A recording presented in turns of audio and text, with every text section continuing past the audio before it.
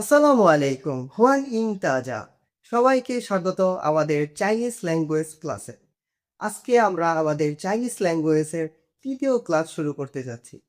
তো গত ক্লাসে আমরা চেষ্টা করেছি চাইনিজ পিনিনের ইনিশিয়ালস আর ফাইনালসের যে অ্যালফাবেটগুলো আছে ওগুলা সঠিকভাবে কিভাবে উচ্চারণ করতে হয় ওইটা আমরা শিখেছি। আজকের ক্লাসে ওই ফাইনালসের কিছু অ্যালফাবেট আছে যেগুলা আমাদের শেখা খুবই জরুরি।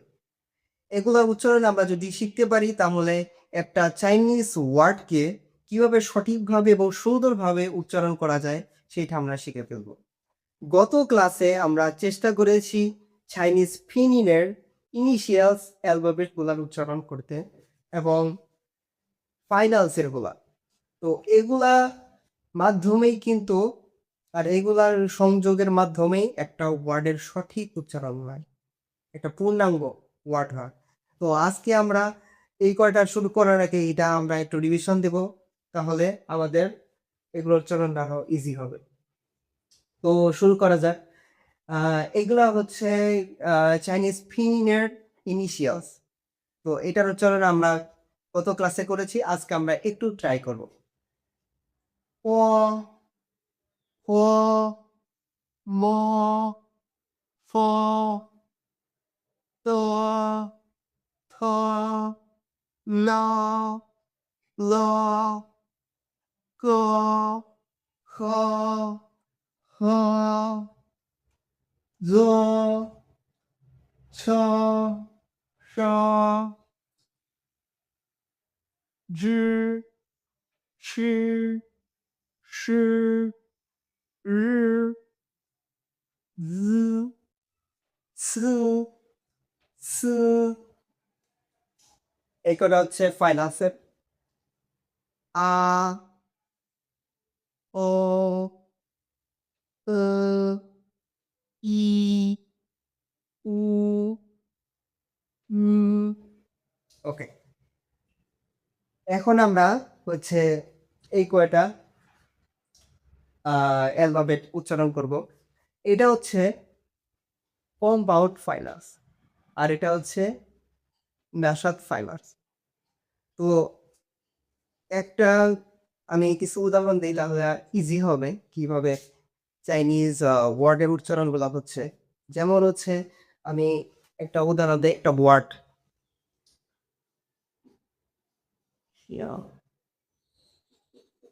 এটা হচ্ছে আনজো, এটার হচ্ছে অর্থ হচ্ছে ওয়ার্ল্ড, ঠিক আছে। আর এইটার ফিন কি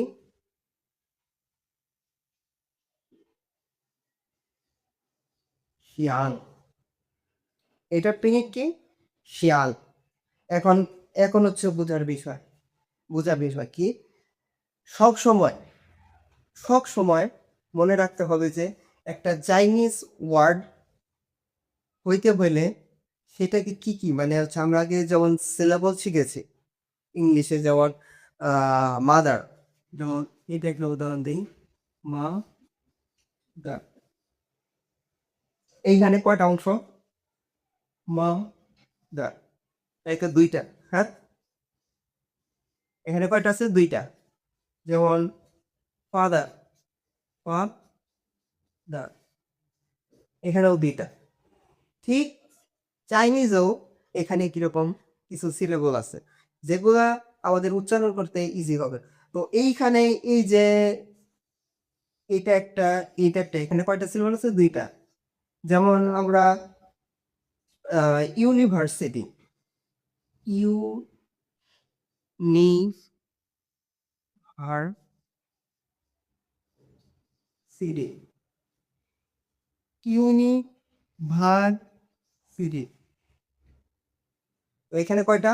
তিনটা। একটা, দুইটা, তিনটা। এখানে কয়টা সিলেবল? তিনটা সিলেবল। চাইনিজেও এরকম সিলেবল আছে। এই সিলেবলের এখানে হচ্ছে আমাদের মনে রাখতে হবে যে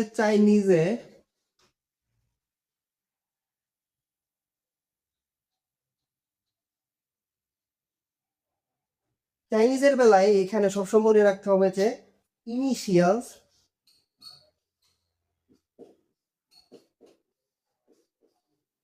ইনিশিয়ালস আর হচ্ছে ফাইনালস, দুইটা দিয়ে হচ্ছে একটা পূর্ণাঙ্গ ওয়ার্ডের উচ্চারণ হয়ে থাকে। একটা ইনিশিয়াল হবে সবসময়, প্রথমটা কি হবে ইনিশিয়াল, আর সাথে কি হবে ফাইনাল। ঠিক আছে, আমরা এখন একটু খেয়াল করি যে কিভাবে তাহলে ইনিশিয়াল আর ফাইনালস যোগ করে একটা পূর্ণাঙ্গ ওয়ার্ড পেয়েছে। তো এইটা আমরা যেমন লিখেছি যে শিয়াং, এটা মানে কি ওয়ার্ড, এটা হচ্ছে তিনটা কি শিয়াং, শি আই, সঠিক। এই যে একটা আর এই না একটা,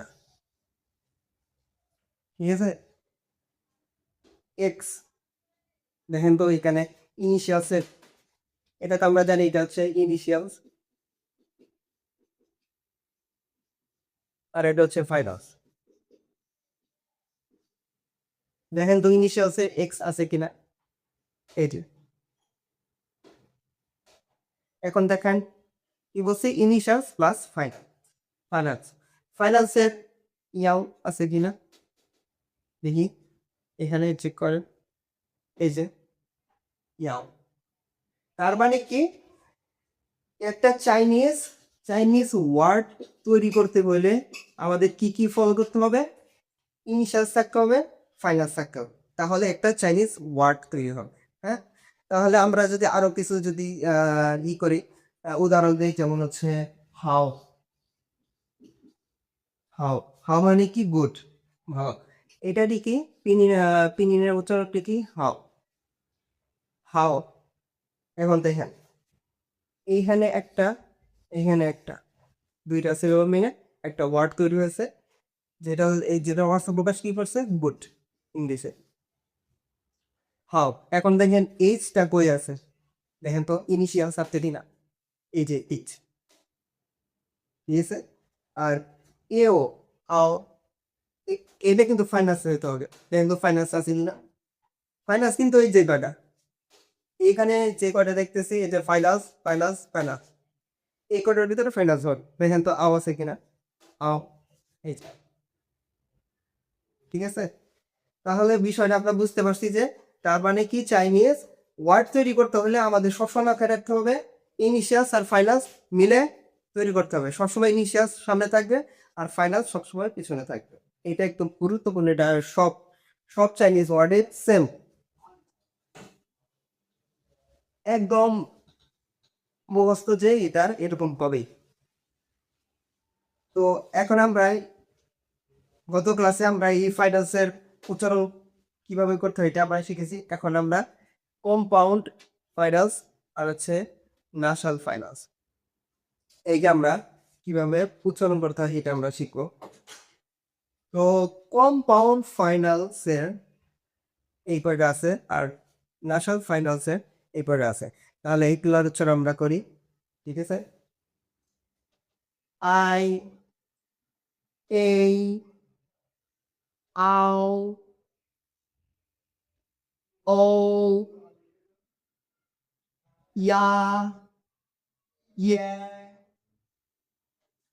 ওয়া, ও, ওয়ে, ইয়াও, ইয়ো, ওয়াই, ওয়ে, ঠিক আছে। বারবার দেখবেন তাহলে ইজি হবে, আমি যেভাবে করেছি উচ্চারণ করেছি ওইভাবে চেষ্টা করুন, ঠিক আছে। আচ্ছা, এখন আমরা হচ্ছে নাসাল ফাইনান্সের উচ্চারণগুলা কিভাবে করতে হয় সেটা আমরা শিখব।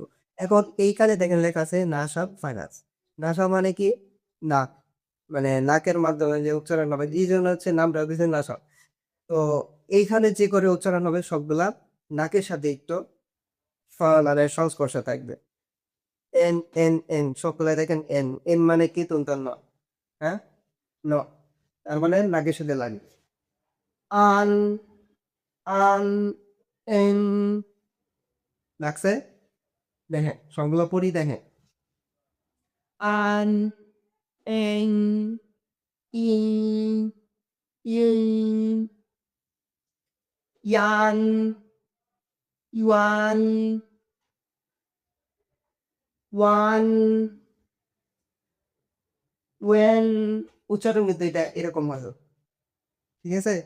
এইটা দেখতে এরকম কিন্তু উচ্চারণটা কিন্তু এরকম হবে। ওয়ান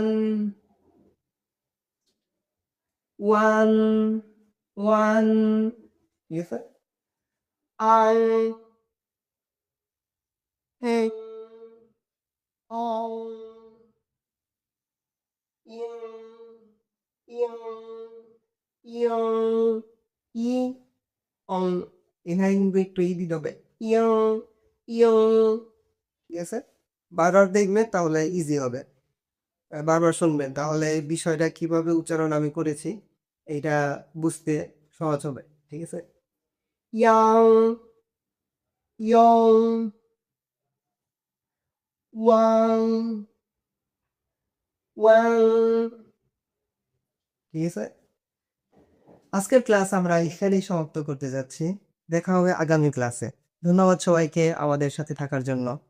চাইছি।